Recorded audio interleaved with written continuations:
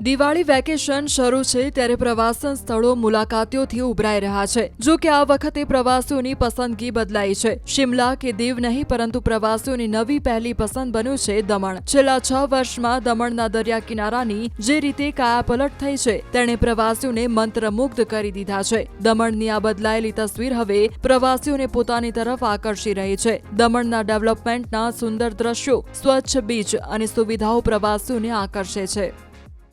मैं मेरी पूरी फैमिली के साथ सूरत से दमन आई हूँ सिर्फ दिवाली वैकेशन एंजॉय करने के लिए। यहाँ का एक्सपीरियंस बहुत ज़्यादा अच्छा रहा। हमने देवका बीच घूमा, जमपुर बीच घूमा और हम जब लास्ट टाइम आए थे तब इतना डेवलप नहीं हुआ था दमन, बट अब हमने देखा यहाँ के फोर्ट, चर्च बहुत ज़्यादा सुंदर है। हमने अभी वाटर राइड्स करी जिसमें हमने बनाना राइड्स एंड हमने स्पीड बोट किया, उसमें भी बहुत मज़ा आया। बहुत ज़्यादा सिक्योर फील हुआ, सिक्योरिटी भी बहुत अच्छी थी। एंड दमन एक्चुअली जितना सुंदर दिन में है उससे कई ज़्यादा सुंदर रात में है। હું બોમ્બેથી આવી છું। હું દિવાળી વેકેશન મનાવવા દમણ આવી છું પહેલી વખત।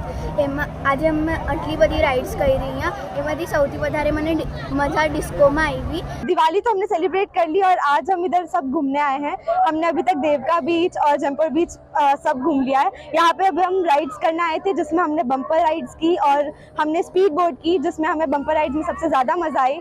एंड अभी दमन इतना डेवलप हो गया है कि वो गोवा को भी ऑलमोस्ट पीछे छोड़ चुका है एंड काफ़ी ज़्यादा गोवा से अफोर्डेबल हो गया है एंड हमने बहुत मज़ा किया इधर।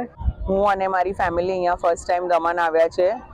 બહુ સાંભળ્યું હતું કે દમણ ડેવલપ થઈ ગયું છે, પણ આજે એ પોતે ફીલ કરવા જોવા માટે ખાસ અમે દમણ આવ્યા। ઘણીવાર સાંભળ્યું છે કે ગોવા સારું છે, પણ બોમ્બેથી નજીક દમણ જે અમને ટ્રાવેલ વાઇઝ પણ સારું પડે અને અહીંયા આવીને ખૂબ જ મજા આવી। આજે અહીંયા જે બ્લેક સેન્ડ છે એ અમને જોઈને બહુ આનંદ થયો। સેકન્ડ થિંગ કે જે અહીંયા વિકાસ થયો છે કે જે અહીંયા સ્પોર્ટ્સ રાઇડ છે જે આપણને બજેટ ફ્રેન્ડલી રેટમાં મળી જાય છે, જે ગોવામાં બહુ જ કોસ્ટલી હોય છે। તો અહીંયા અમે ઘણી બધી રાઇડ્સનું મજા લીધી છે। અત્યારે સનસેટનું અમે મજા લઈ રહ્યા છે। ફૂડનું ડેવલપમેન્ટ છે, road wise, safety wise all development આપણું અહીંયા દમણમાં થઈ ગયું છે। એટલે બહુ જ એન્જોય કર્યું છે અને આવો બધા અને એન્જોય કરો। દમણના દેવકા અને જમપુર બીચનો નજારો પ્રવાસીઓને ગોવા જેવો અહેસાસ કરાવે છે। અહીં એક તરફ શાંત દરિયો અને બીજી તરફ આથમતા સૂરજના આકર્ષક દ્રશ્યો જોવા મળે છે। લીલાછમ વાતાવરણ અને સ્વચ્છ દરિયા કિનારો અહીંની સુંદરતામાં વધારો કરે છે। હાલ દમણમાં મોટાભાગની હોટેલો પ્રવાસીઓથી ફૂલ થઈ ગઈ છે। હું સુરતથી આવું છું અને લગભગ ખાસા વર્ષથી હું દમણ આવું છું। એનું કારણ છે કે સુરતથી દમણ બહુ નજદીક છે અને બહુ સારી જગ્યા છે। પહેલાં સુરતના ગુજરાતના લોકો શિમલા જતા હતા, કુલ્લુ મનાલી જતા હતા, ગોવા જતા હતા, પણ હવે ગોવાની બધી સ્પોર્ટ્સ એક્ટિવિટી, વોટર સ્પોર્ટ્સ એક્ટિવિટીથી લઈને ફરવાનું કરવાનું, બીચીસ આ તે ક્લબ બબ, રેસ્ટોરન્ટ, કેફે બધું દમણમાં જ મળી જાય છે। તો ગોવા જવાની કે કશે દૂર જવાની જરૂરત જ નથી પડતી। એટલું સરસ ડેવલપમેન્ટ થઈ ગયું છે। છેલ્લા 5-7 વર્ષથી તો ખૂબ જ ડેવલપમેન્ટ થઈ રહેલું છે।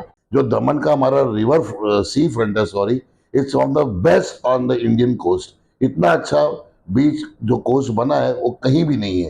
उससे हमारे टूरिज्म को बहुत बूस्ट बना है। और सबसे बड़ी बात, यह हर सेगमेंट के लिए है, हर पॉकेट फ्रेंडली है। आपका जैसा पॉकेट है आप वैसा एंजॉय कर सकते हो।